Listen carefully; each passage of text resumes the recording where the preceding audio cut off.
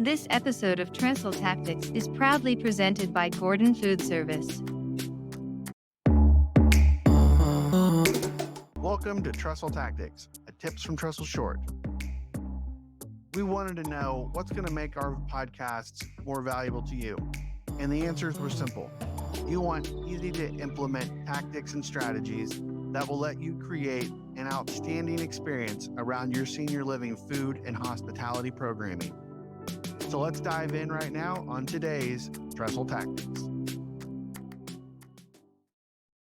On today's Trestle Tactics, we're going to talk about one of the most important jobs that any manager, supervisor, or person involved in a senior living community can do.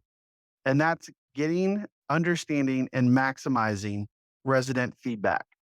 Now, I'm going to look at this through the lens of getting resident feedback for your dining or food service department, but these are going to be important notes that you can take regardless of what department you're working through. So I want to break this into two sections when we talk about resident feedback for your dining department. And so the first is managing a successful resident dining meeting. And the second is going to be using a resident dining committee effectively. Both of these have significant importance and they are used for different things. And there are different ways for communicating and maximizing how you communicate with residents, the kind of feedback you get, and how you get and test and try new things and really truly get to understand how you can use those residents to create the best possible hospitality, dining, resident engagement experience that you can for your community. So let's talk first about tips for successful resident dining meeting. Now, these tips, like I said, can be used for any large gathering, kind of a general meeting for residents. It's really important that we kind of follow some of these tips because if any of us have done anything in our careers when it comes to resident meetings, is we've seen them get off the rails, go off the track, and then turn into a, complaint show, right? It's nothing but one after another. They complain or they find something wrong and somebody latches onto it, or we let somebody go on and on and on. And we lose, not only do we lose control of the meeting, we also wind up losing the trust and respect from our residents that we do have the best interest of the community in place. We are going to be successful in getting their feedback, using it to our best ability, and really making sure that we maximize our offerings, our amenities, our services to meet those resident needs. So let's dive into those tips for a successful resident meeting. The very first one is we have to lead them, not the other way around. We've all been in those meetings where you've got a resident council president or you've got two or three vocal residents who feel like it's their job to step in.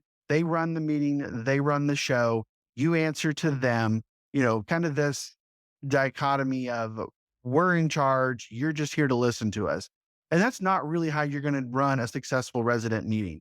You need to be able to lead them and let them understand, yes, we're going to get your feedback. Yes, everybody's going to get an opportunity to be heard, but we are the ones in charge of this meeting. We are going to dictate the flow, the way the conversation goes, the topics we're going to cover, those kinds of things. If you don't do that, again, it's going to devolve into just chaos and you're not going to have any success with those resident meetings. And this can be really hard, especially for a service first, a customer is always right mindset, especially around those in the dining resident engagement spheres. We want our residents to be heard. We want them to feel heard. But we also have to understand that, mob mentality can easily take over if we're not leading the charge when it comes to that meeting. The second tip I have on a successful resident meeting is always have a standing agenda, right? This sounds simple. When you have your stand up, when you do your pre-service, when you're doing shift change, you have those agendas. You have the things you're going to cover. Do the same thing for your resident meeting, right? Always have updates on things that are important to them, things they're always going to ask about. Make sure that they know that going into this, there is structure, there is going to be form to what we're doing, and that there is time for questions and comments and feedback. And we're going to follow that flow. Once you set that standing agenda, most of our residents will understand that and will respect that you're not wasting their time. We're not wasting resources on having all these managers up meeting. We're getting down to business. We're taking care of business. We're listening. We're getting that feedback and we're using it to be successful. And then I think the third most important thing is that you provide relevant updates on major items. I think this is really important because it lets your residents feel more engaged with the day to day operations of the community. They consider it their home, right?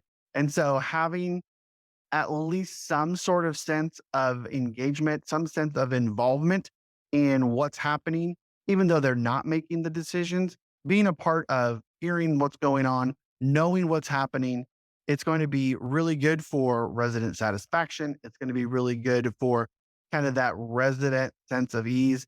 And it's also going to be really good to kind of keep everything in check and make sure that you still are able to manage the meeting and that we're running a business, right?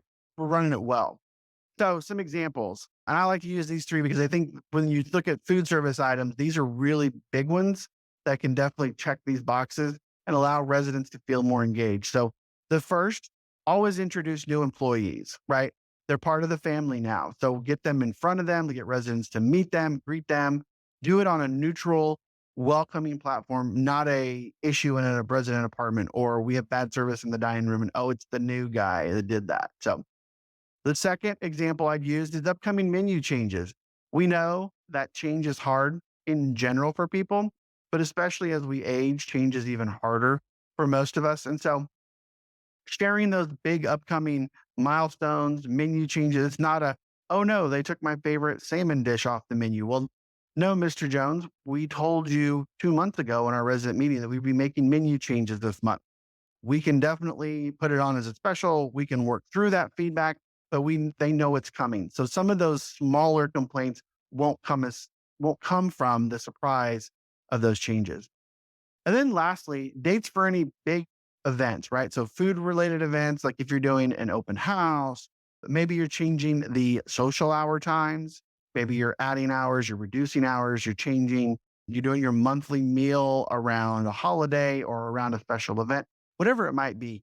Having those dates ready and available will help answer questions for your residents, but also will help fill that standing agenda with items of value for your residents. So that way they feel like you are running a successful resident dining meeting. Are you looking for new ideas?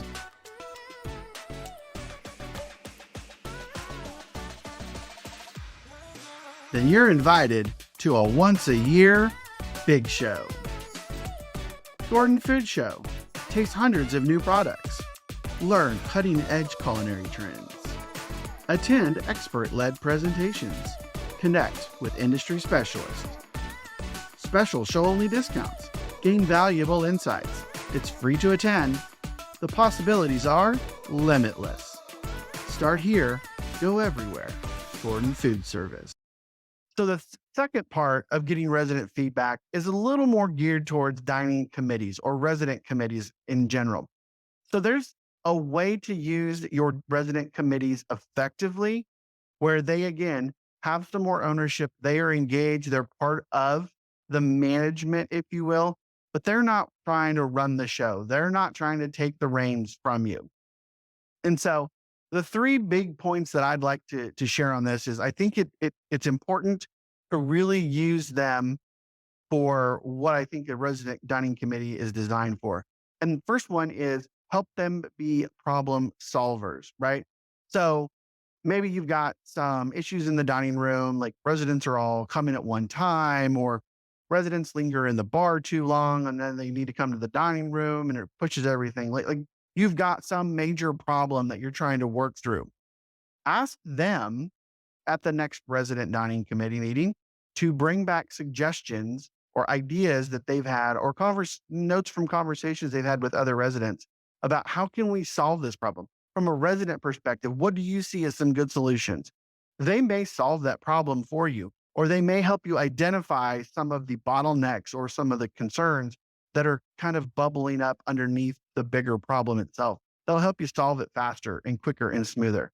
It lets them be engaged. It lets them provide that input and feedback. And you're simply asking for suggestions, right? Just make it clear. Hey, I want your ideas. I'm not promising we're going to use any of them. But if I get your ideas, more often than not, you're going to find some of them that you'll use. And then you're able to share that in your your larger resident meetings about how you're interacting with residents. And your dining committee is more effective and more important and more valuable to you in the long run. The second thing with your resident dining committee that I think you should look at doing is using them as a focus group, right? I mean, you literally have a small subset, hopefully a diverse subset of residents in your community. So why not use them as a focus group for trying out new ideas, testing new products, recommending new menu items. One great example that I have of using them as a focus group was at my time at the CCRC that I managed many years ago. I had a 12-person committee and I was trying to figure out how do I get them more engaged. And one of the things I realized was I needed better feedback and more feedback from resident surveys, right? So we would do a monthly survey evening. We would pass out our surveys and we try to get feedback, and it was just rough trying to get that. When we let the resident dining committee take ownership of that, the turnout, the ability to get feedback, the information we got was overwhelming.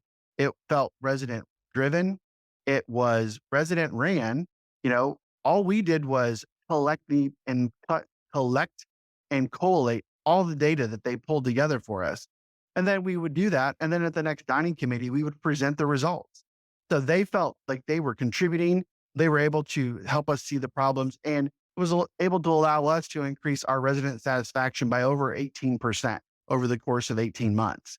Just because they were engaged, they got residents engaged. We got real feedback because they felt like they were talking to each other and not to us as the management. And so it was really successful. And that was a way to use them as this kind of focus group to help us solve this problem of what can we do to get more information? Well, why don't we do it for you and see what kind of turnout we get? It was a success beyond my wildest dreams. And I definitely recommend doing things along those lines. And then the last piece here is create this culture of dining ambassadors, right? We have our community ambassadors they help with marketing tours, and some of them will show off their apartments, but why not extend this out to all the other amenities and the other departments, right? Why not? Why can't you have a resident engagement ambassador group? They help get residents involved in activities. They talk to residents who aren't engaged, find out what they want to do, help drive things. Dining ambassadors can talk about menu changes and opportunities to get more engaged in what you're doing with meal program. They can be a part of training. They can talk about all of the things you're doing to keep movement going in improving your department. And so they become spokespeople for you, and they become your champions and your ambassadors. And it goes a long way to maintaining, again, that resident trust in that you're managing things the correct way and really getting them to be a part of the community without taking over and trying to manage and lead and run the community themselves. So those are our two big ideas around successfully maximizing resident feedback and getting resident feedback through your resident dining meetings or your resident dining committees. So thank you all for joining us today, and we'll see you next time.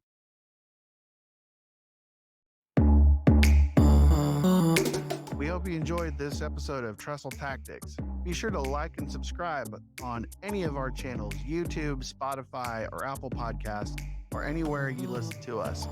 Also, be sure to follow us on any of your social media channels at Tips from Trestle. Well, thanks for joining us on this episode of Trestle Tactics.